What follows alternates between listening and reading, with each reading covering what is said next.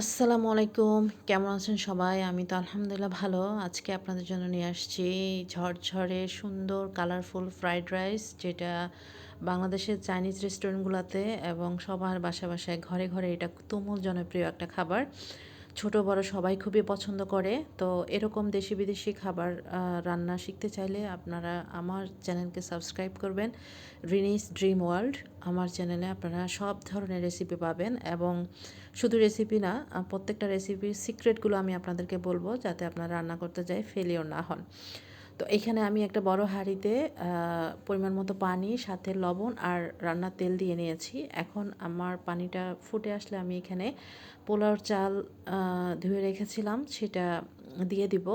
তো আমি ভিডিওর একদম শেষের দিকে বলবো যে কিভাবে করলে আপনার রাইসটা একদম ঝরঝরে থাকবে। দেখেন একদম 100% কিন্তু কুকড হয়ে গেছে।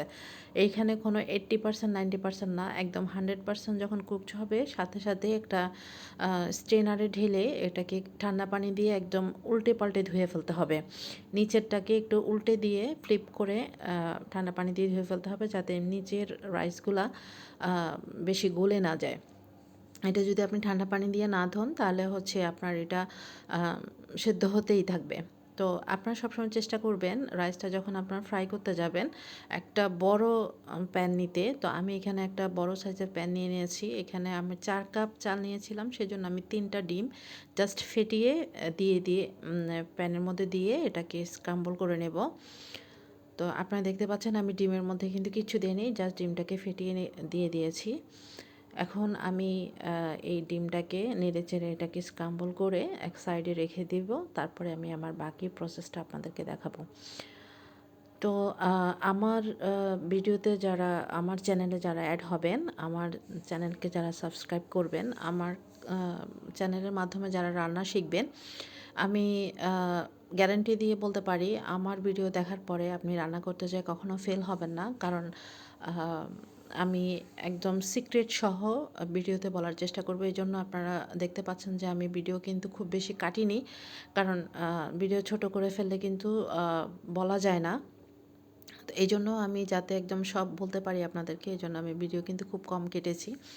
তো এখন আমি এই ডিমটাকে জাস্ট স্ক্র্যাম্বল করে এক সাইড করে রেখে দিব।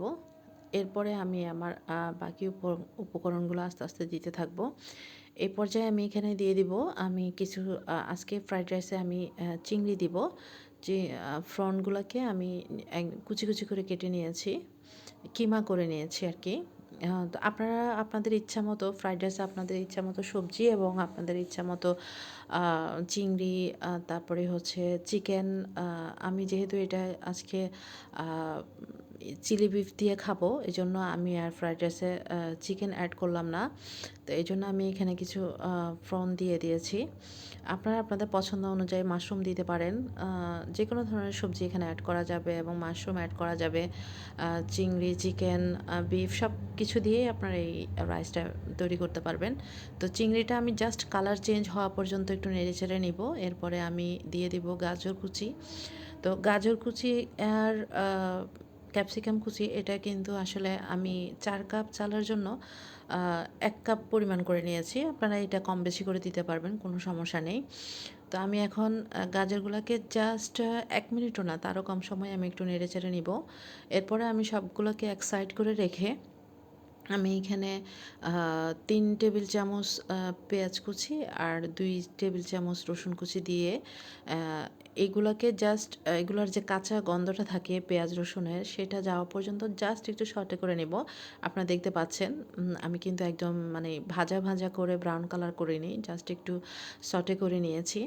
এখন আমি সব কিছুকে একসাথে 1 মিনিটের কম সময় একটু ভেজে নিব। তারপরে আমি ওই যে চালগুলা যে পানি দিয়ে ধুয়ে এক সাইডে রেখেছিলাম, সেই রাইসটা আমি এখানে অ্যাড করে দেব। আপনারা রাইসটা যখন আমি ঢালছি তখন দেখেই বুঝতে পারছেন কতটা ঝরঝরা আছে। এটা কিন্তু একটাও রাইস একটার সাথে একটা লেগে যায়নি। তো এইটার সিক্রেটটা আমি এখন আপনাদেরকে বলছি। এটা একটার সাথে একটা না লাগার মেইন রিজন যেটা, সেটা হচ্ছে আপনারা যখন এই রাইস রাইসটা বানাবেন তার ঠিক আধা ঘন্টা আগে চালটাকে ভালো মতো ধুয়ে একদম ডুবো পানিতে দিয়ে রাখবেন। মানে চালটা ধুয়ে আমরা মানে চালের উপরে 1 ইঞ্চি পরিমাণ পানি দিয়ে এটাকে জাস্ট রেখে দিয়ে আপনি আপনার বাকি কাজগুলো করবেন। মিনিমাম আধা ঘন্টা চালটা ভিজিয়ে রাখবেন। চালটা ভিজিয়ে দেখবেন যে সাদা সাদা হয়ে গেছে, তার মানে আপনার চালটা ভালো মতো ভিজে গেছে। তো আমি এখন এখানে দিয়ে দিছি 3 table spoon light soya sauce যেটা, আর সেম পরিমাণ 3 টেবিল স্পুন আমি এখানে টমেটো সস দিয়েছি। তো 2টা দিয়ে একটা জিনিস খেয়াল রাখবেন, যখনই আপনি সস দিবেন সাথে সাথে আপনার চুলার হিটটা বাড়ায় দিতে হবে। কারণ আপনার রাইসটা কিন্তু এখানে একদম 100% কুকড। এখন যদি আপনি চুলার হিটটা লোতে রাখেন সেক্ষেত্রে আপনার রাইসটা আরও বেশি কুকড হয়ে যাবে এবং এটা দলা পেকে যাবে এক পর্যায়ে এসে।